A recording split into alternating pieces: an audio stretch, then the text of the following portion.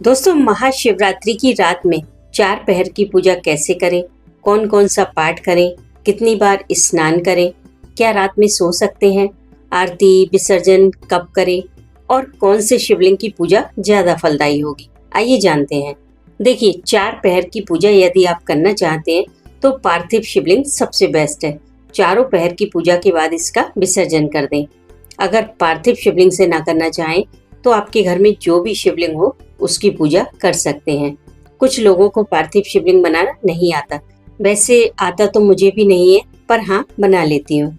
उसके लिए आपको अपने घर के किसी भी पवित्र पौधे के नीचे से मिट्टी लेनी है।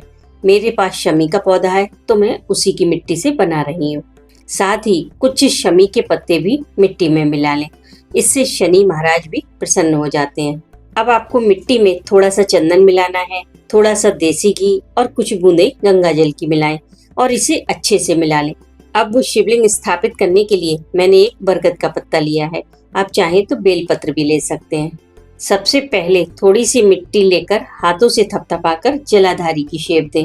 फिर हाथों पर गंगा जल छिड़क कर शिवलिंग बनाएं और उसे जलाधारी पर स्थापित करें। फिर एक छोटी सी गोली बनाकर शिवलिंग के ऊपर रखें, वो माँ पार्वती का स्वरूप होता है।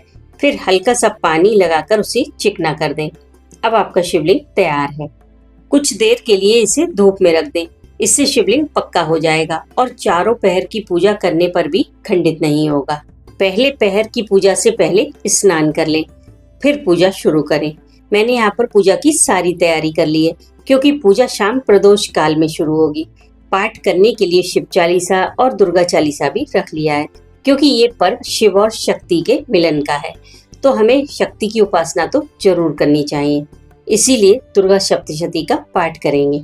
पूजा सामग्री में मैंने आक का पत्ता लिया है, आक का फूल मुझे नहीं मिला, कुछ भांग के पत्ते और बेलपत्र, भगवान शिव को लगाने के लिए इत्र, बाकी फल फूल और मिठाई। मेरे पास जो कुछ भी अवेलेबल होता है या फिर आसानी से मिल जाता है, मैं उसी से पूजा करती हूँ, ज्यादा टेंशन नहीं लेती। सबसे पहले एक दीपक जला लें। ध्यान रखें, एक बार दीपक जला लें तो चारों पहर की पूजा उसी दीपक से करें। उसमें घी बढ़ाते रहें ताकि वो बुझने ना पाए। ये पूरी रात जलना चाहिए, ठीक है। शिवलिंग को बीच में स्थापित कर लें। फिर सबसे पहले गणपति पूजन करें। वक्रतुंड महाकाय सूर्यकोटि समप्रभा निर्विघ्नं कुरु देव सर्वकार्येषु सर्वदा। फिर भगवान गणेश को ओम गंग गणपते नमः बोलते हुए दूर्वा समर्पित करें। उसके बाद शिव पार्वती का पूजन करें, रोली चंदन लगाएं, फूल चढ़ाएं। उसके बाद पार्थिव पूजन प्रारंभ करें। इसमें चारों पहर की पूजा सेम रहेगी, बस अभिषेक अलग अलग चीजों से होगा। पहले पहर में महादेव का दूध से अभिषेक करें। ओम ह्रीम ईशानाय नमः ये मंत्र बोले और अभिषेक करें। उसके बाद गंगा जल से अभिषेक करें। फिर चंदन कुमकुम लगाएं, बेलपत्र चढ़ाएं, आक का फूल या पत्ता चढ़ाएं। मुझे फूल नहीं मिला इसीलिए पत्ता चढ़ा रही हूँ। शमी पत्र चढ़ाएं, भांग के पत्ते चढ़ाएं, अगर आपको धतूरा मिले तो वो भी चढ़ाएं। उसके बाद फूल चढ़ाएं, फिर इत्र लगाएं। भगवान शिव के समक्ष बैठकर एक माला नमः शिवाय का जाप करें और एक माला राम नाम की। ध्यान रखें, आपको नमः शिवाय का जाप करना है, उसमें ओम नहीं लगाना है, ठीक है। इससे भोलेनाथ बहुत प्रसन्न होते हैं।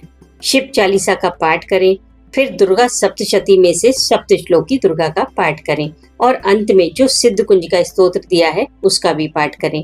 अगर आप चाहें तो पूरी दुर्गा सप्तशती का भी पाठ कर सकते हैं, इसका फल बहुत ज्यादा है। हर पहर में थोड़े थोड़े अध्याय पढ़ लें, सुबह तक पूरी हो जाएगी। और इसका एक फायदा ये भी होगा कि रात भर पाठ चलने की वजह से आपको नींद भी नहीं आएगी। आप चाहें तो इस पहर में शिव तांडव स्तोत्र का पाठ भी कर सकते हैं, ये लक्ष्मी प्राप्ति के लिए किया जाता है। इस पहर में आरती बिल्कुल ना करें, ये पूजा शाम 6 बजे के बाद शुरू करें। दूसरे पहर की पूजा करने से पहले आपने जो भी फल और प्रसाद चढ़ाया है उसे हटा लें। और अगर आपके पास कोई चीज एक ही है, जैसे कि मान लीजिए धतूरा एक है, तो आप उसे ही धोकर हर पहर में चढ़ा सकते हैं, कोई वहम मन में ना लाएं। दूसरे पहर की पूजा में महादेव का दही से अभिषेक करें। ओम ह्रीम अघोराय नमः मंत्र बोलते हुए अभिषेक करें। फिर गंगा जल से अभिषेक करें। बेलपत्र शमी पत्र चढ़ाएं, भांग चढ़ाएं और आक का पत्ता चढ़ाएं। फिर फल अर्पित करें। महादेव का रोली चंदन से श्रृंगार करें, फिर इत्र लगाएं, उसके बाद फूल चढ़ाएं और दुर्गा सप्तशती में दिए दोनों स्तोत्रों का भी पाठ करें, जैसा आपने पहले पहर में किया था। एक माला नमः शिवाय मंत्र का जाप करें, उसके बाद राम नाम का। आप चाहें तो इस पहर में शिव पंचाक्षर स्तोत्र का भी पाठ कर सकते हैं।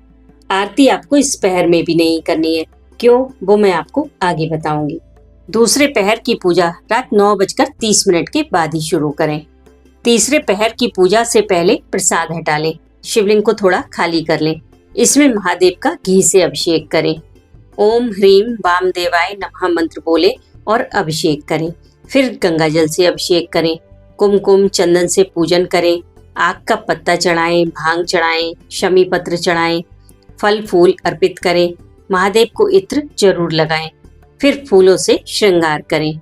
आपने एक बात नोटिस की होगी कि आरती मैंने तीसरे पहर में भी नहीं की, क्योंकि आरती आखिरी पहर में करनी है, यानी कि चौथे पहर की पूजा के बाद, क्योंकि ये पूजा 4 पहर मिलकर एक विधि बनती है। अगर बीच में ही आरती कर देंगे तो विधि खंडित हो जाएगी, क्योंकि आरती का मतलब होता है पूजा का समापन। इस पहर की पूजा रात 12:40 के बाद ही शुरू करें। चौथे पहर की पूजा से पहले शिवलिंग को थोड़ा साफ कर लें। चौथे पहर में महादेव का शहद से अभिषेक करें। ओम ह्रीम सधो जाताय नमः मंत्र बोलते जाएं और अभिषेक करते जाएं। उसके बाद गंगा जल से अभिषेक करें। चंदन कुमकुम लगाएं, बेलपत्र चढ़ाएं, शमी पत्र और भांग चढ़ाएं, आग का पत्ता चढ़ाएं, इत्र लगाएं, फूलों से श्रृंगार करें। फिर वही नमः शिवाय और राम नाम का जाप करें और दुर्गा सप्तशती में दिए दोनों पाठ कंप्लीट करें। चौथे पहर में अगर आप चाहें तो रुद्राष्टकम का पाठ कर सकते हैं। शिव चालीसा और दुर्गा सप्तशती का पाठ करने के बाद सबसे अंत में शिव मानस पूजा का पाठ जरूर करें। यहाँ पर मैं ये नहीं कहूंगी कि आप चाहें तो नहीं, शिव मानस पूजा का पाठ जरूर कीजिए। ये पाठ आपकी पूजा को पूर्ण करता है और पूजा में जो भी कमी रह जाती है वो इससे पूरी हो जाती है। और अंत में आरती करें, यानी कि चौथे पहर की पूजा के बाद आरती करें। चौथे पहर की पूजा प्रातः 4 बजे के बाद ही शुरू करें। इस पहर में भी आप पंचाक्षरी मंत्र और राम नाम का जाप करें। सप्तश्लोकी दुर्गा और सिद्ध कुंजिका का पाठ करें। आप चाहें तो इस पहर में रुद्राष्टकम का पाठ कीजिए, बहुत फलदायी है। उसके बाद प्रसाद ग्रहण करें। शिवलिंग का विसर्जन 16 फरवरी को 7:20 के बाद ही करें। विसर्जन के लिए सबसे पहले शिवलिंग के ऊपर से फल और प्रसाद हटा लें। फिर एक बड़े बर्तन में पानी लेकर थोड़ा गंगा जल मिलाएं और शिवलिंग को उठाकर उस पानी में विसर्जित कर दें। हाथ से चलाकर पानी में घोल दें। फिर उस पानी को अपने घर के पेड़ पौधों में डाल दें। आपकी पूजा कंप्लीट हुई।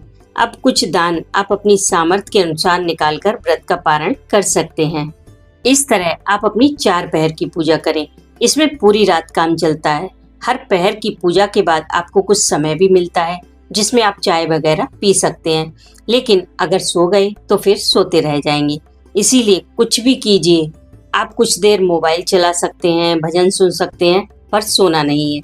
अब स्नान कब करना है, तो देखिए, जब आप पूजा शुरू करें, यानी कि पहले पहर की पूजा, उससे पहले स्नान कर लें। और जो चौथे पहर की पूजा होती है, यानी कि ब्रह्म मुहूर्त में, उससे पहले स्नान कर लें। लेकिन जो दूसरे और तीसरे पहर की पूजा है, उसे आप हाथ मुंह धोकर कर सकते हैं। अगर आप वाकई में ये पूजा करना चाहते हैं तो इस दिन व्रत रखें और बहुत हल्का फलाहार लें। हो सके तो नमक ना खाएं। दिन में कुछ देर आराम जरूर करें ताकि रात में नींद ना आए। सच में ये पूजा बहुत चमत्कारी है, हर कोई नहीं कर पाता, और जो कर लेता है उसकी जिम्मेदारी स्वयं शिव लेते हैं। आई होप आपको आपके सारे सवालों के जवाब मिल गए होंगे, लेकिन फिर भी यदि आपको कोई डाउट हो तो कमेंट कीजिएगा, आपको रिप्लाई जरूर मिलेगा।